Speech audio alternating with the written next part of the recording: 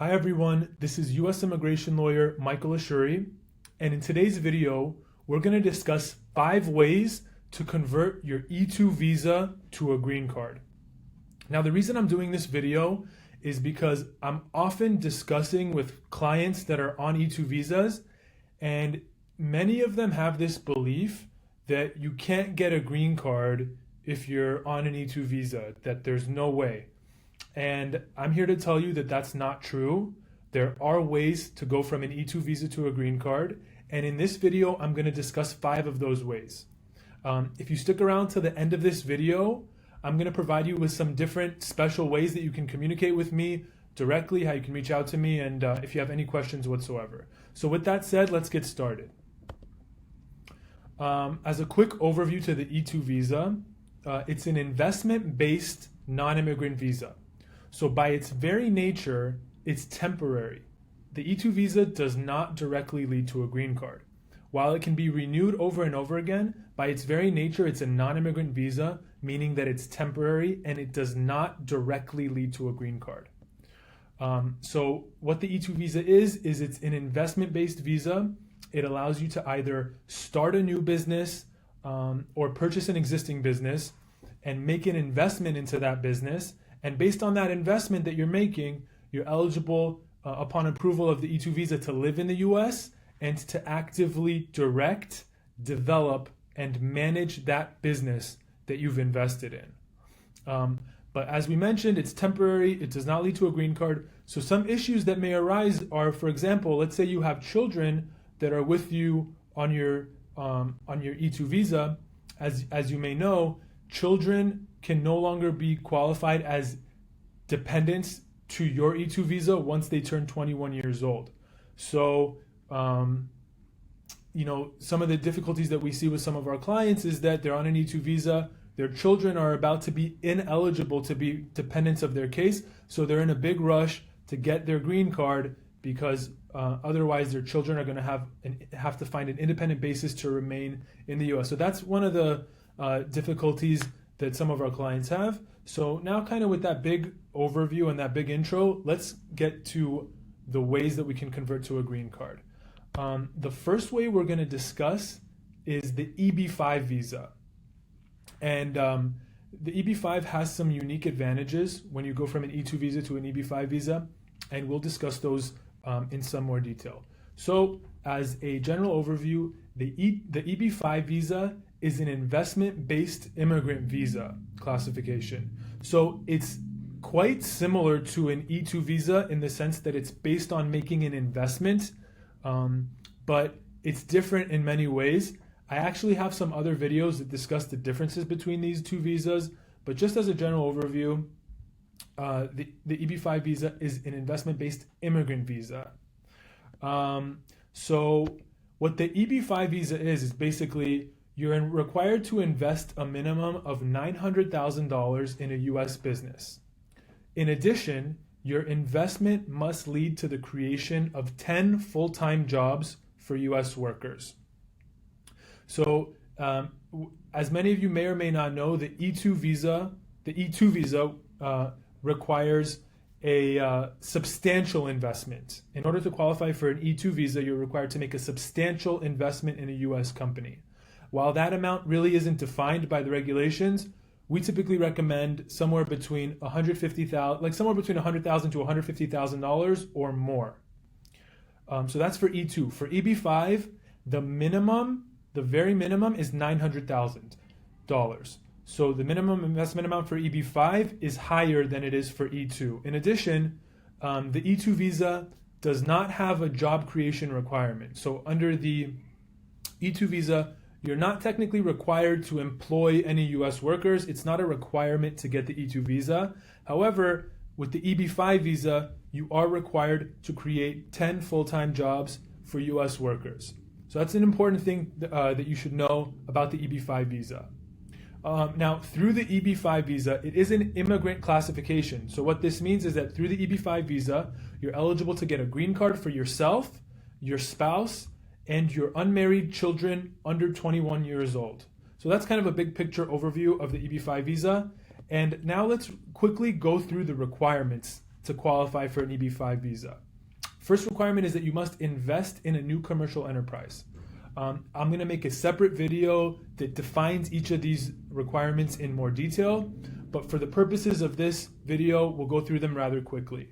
The next requirement is that you invest a minimum of $900,000 or $1.8 million if your investment is located outside of a targeted employment area. We'll discuss that more in another video. Another requirement is that you must create 10 full-time jobs for U.S. workers. The source of your investment funds must come from a lawful source.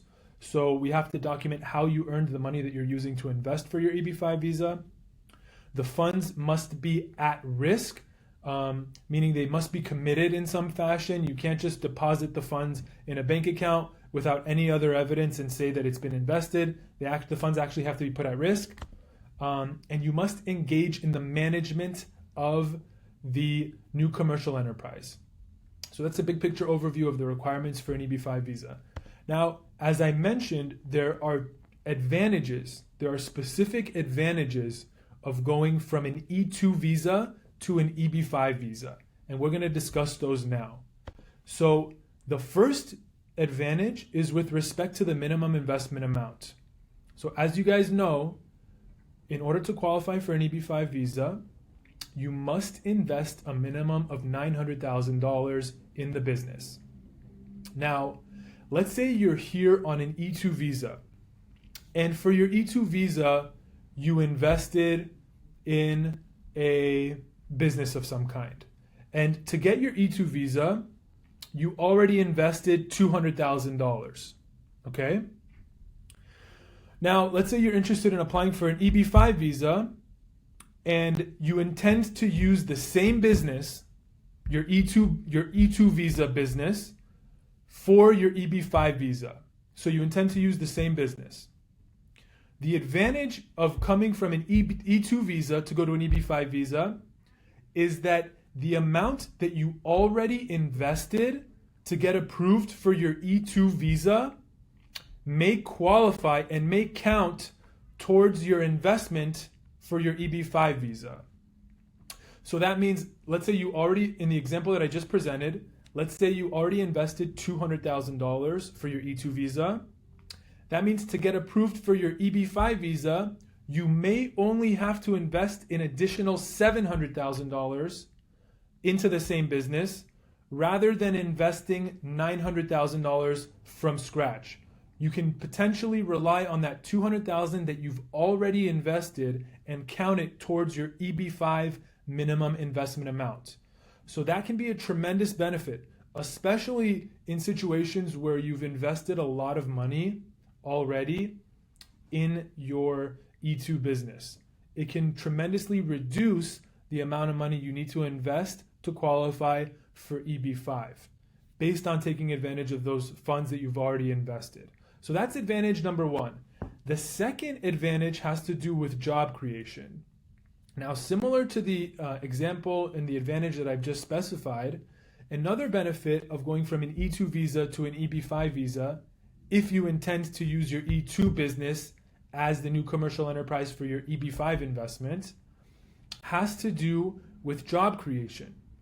Now, any jobs that you've created based on your initial investment into your E2 for your E2 visa may be able to count towards the 10 jobs that you're required to create for EB5. So as you guys know, for EB5, you're required to create 10 full-time jobs for US workers. So let's say you started a business with your E2 visa and you invested the $200,000 that we talked about earlier, and you've created 5 full-time jobs. That means that you may be able to count those 5 full-time jobs that you've created, and to qualify for EB5, you would only need to create an additional 5 jobs rather than creating 10 new jobs from the all over again. So those are 2 key advantages to going from an E2 visa to an EB5 visa, and where E2 visa holders are at an advantage as opposed to somebody that's applying for an EB5 visa from scratch that isn't already on an E2 visa. So I hope you guys found all that information helpful. And now we're going to move on to option number 2 from going from an E2 visa to a green card. So option number 1 we talked about was going from an E2 visa to an EB5 visa. Option number 2 is an employer-sponsored green card. So what is an employer-sponsored green card? Basically, let's say there's a U.S. company and they try to hire a U.S. worker, they have a position available, and they're looking to hire somebody to fill that position, and for whatever reason they can't find a qualified U.S. worker to fill the position, then a U.S. company may be eligible to hire a foreign worker to fill that position. That's kind of a general overview of what an employer-sponsored green card is. And I'll tell you how it applies in this case. So under the E2 visa, the principal applicant has the ability to direct and develop their E2 business. That means under your E2 visa, if you're the principal investor, you have the ability to operate, to manage, direct, and develop your E2 business. In addition, under an E2 visa, your spouse can apply for work authorization to work for any company in a lawful capacity. So technically, on an E2 visa, both you and your spouse, to some extent, can work in the United States. Now, let's say that there's a company that while you're here on your E2 visa, there's a company that, in some way you're engaged with, they find out about you in some way, or your spouse, and they want to sponsor you for a green card. There are ways to do that from an E2 visa. Now, it's a 3-step process going to get an employer-sponsored green card. The first step is between the employer and the Department of Labor. Long story short, just for purposes of this video, basically the U.S. company has to show that they tried to hire a U.S. worker. They show that they did various recruitment activities. They posted ads in newspapers and so on and so forth, and they were unable to find a qualified U.S. worker. So they work with the Department of Labor, and they request from the Department of Labor certification, a labor certification, which authorizes them to hire a foreign worker for the position. Now, a couple of things to be aware of. The U.S. company must offer you what's called the prevailing wage. Now, what that means is that the Department of Labor and these kind of regulations that govern employer-sponsored green cards, there's an interest, and they're looking out for the well-being of U.S. Workers. And they don't want to allow foreign workers to come in and work for half of what a U.S. worker would make for that position. So basically, what the employer has to do is they demonstrate what the title of the position is that they're hiring for, what level of experience they're looking for, what the different job duties are, and they make a prevailing wage request.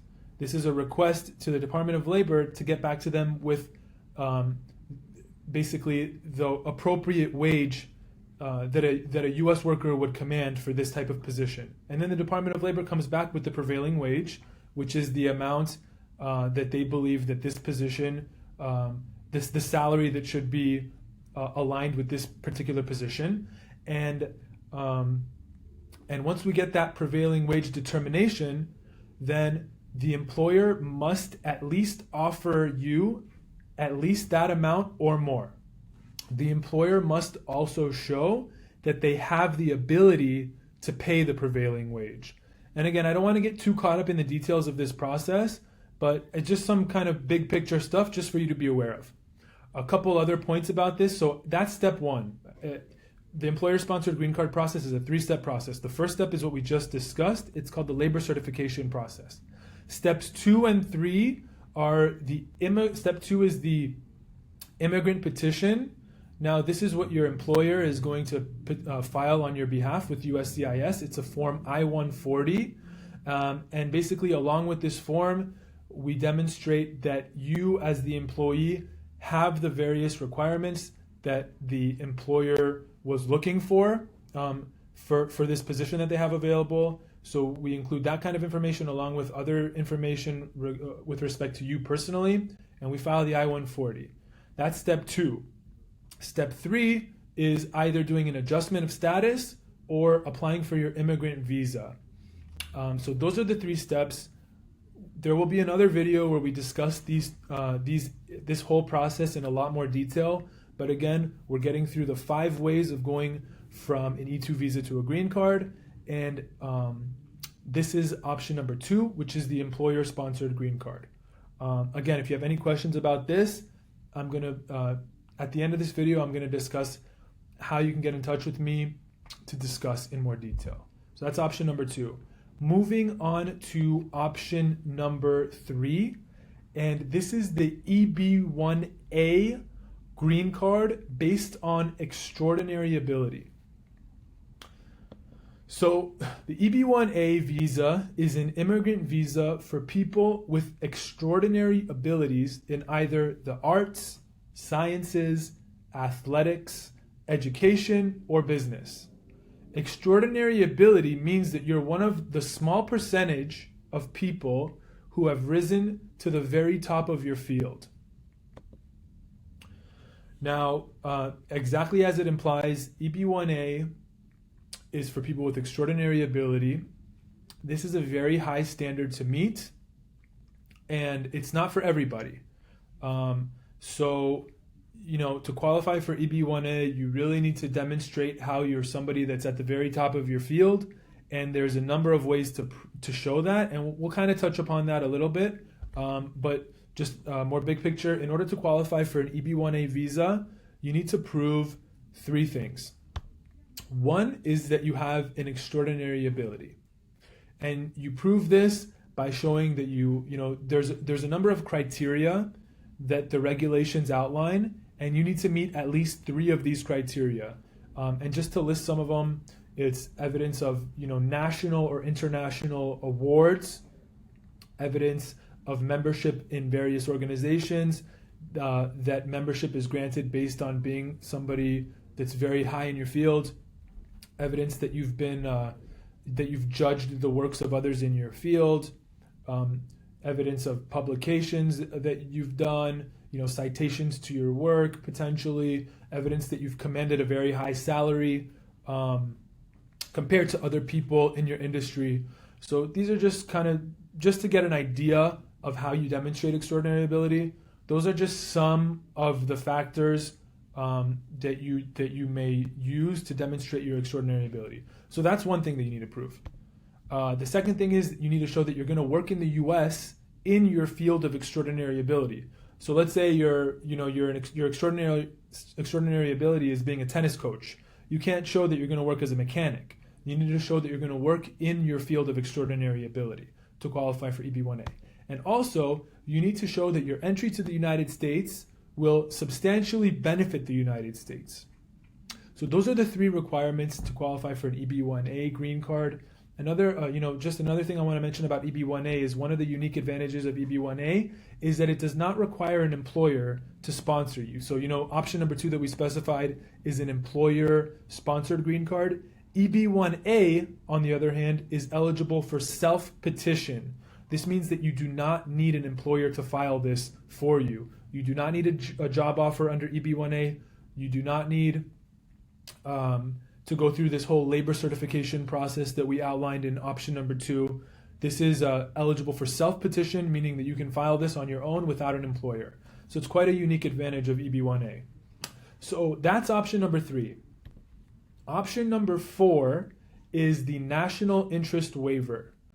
Basically, the national interest waiver is a subcategory of the EB2 visa and is available to advanced degree professionals or persons with exceptional abilities.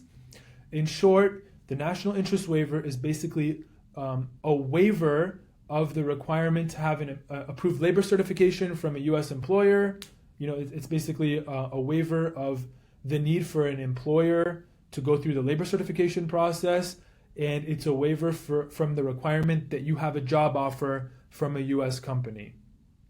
The national interest waiver is very detailed. It could, we could do an entire video just going through the details of the national interest waiver. But just very quickly, national interest waiver requirements. You must qualify for an EB2 visa minus the labor certification and the job offer requirements, but you must satisfy the requirements for an EB2 visa. The field that you plan to work in must have substantial merit and national importance. You must be well positioned to advance your proposed endeavor. And we must also show that it's in the national interest to waive the requirement for you to have a U.S. job offer from a company with an approved labor certification. So that's very big picture and a very rough kind of quick overview of the national interest waiver. But I just wanted to put that as option number 4 is a national interest waiver. And now lastly, option number 5 is a marriage-based green card. Now, many of you most likely already know about this, but another option to go from an E2 visa to a green card is based on marriage to a U.S. citizen or lawful permanent resident. Of course, the marriage must be a legitimate, bona fide marriage. But just so you know, in case you didn't know, you most likely did know that marriage to a U.S. citizen or lawful permanent resident, again, a legitimate, bona fide marriage, a real marriage, can make you eligible to get your green card. So that's option number 5. And just to reiterate them one more time, option number 1 that we discussed is EB5. Option number 2 is an employer-sponsored green card. Option number 3 is the EB1A green card. Option number 4 is a national interest waiver. And option number 5 is a marriage-based green card. So with that said, thank you so much for tuning into this video. I know it was long. I hope I didn't bore you. I hope you guys got a ton of value and a ton of information from this. Again, as you guys know, I just touched the surface of what you really need to know about all this stuff. There's a ton more. Each of these categories by itself could require many videos on each of these categories just to scratch the surface on the information regarding each of these different categories. But I just wanted to kind of make an overview. Hopefully you guys found it helpful. If you did, please like and subscribe to my channel. We post immigration related videos at least twice a week. So by subscribing, you'll get access to all these different videos that we're putting out. So please go ahead and like and subscribe. Again, if you have any questions, I know I mentioned that I would provide this stuff at the end. If you have any questions whatsoever, I've provided my contact details in the information down below, so you can check that out. And also, as somebody who's watched this video, I've provided a special link down below for you where you can just click the link and schedule your own personal consultation with my office. So that link is down below in the information. You can click that link. It'll take you to a website where there are different times displayed, and you can just select whatever time that's convenient for you, and you can schedule a consultation with my office. Thanks again for tuning in. Again, I'm U.S. immigration lawyer Michael Ashoori, and it was a pleasure having you watch this video. Thanks so much.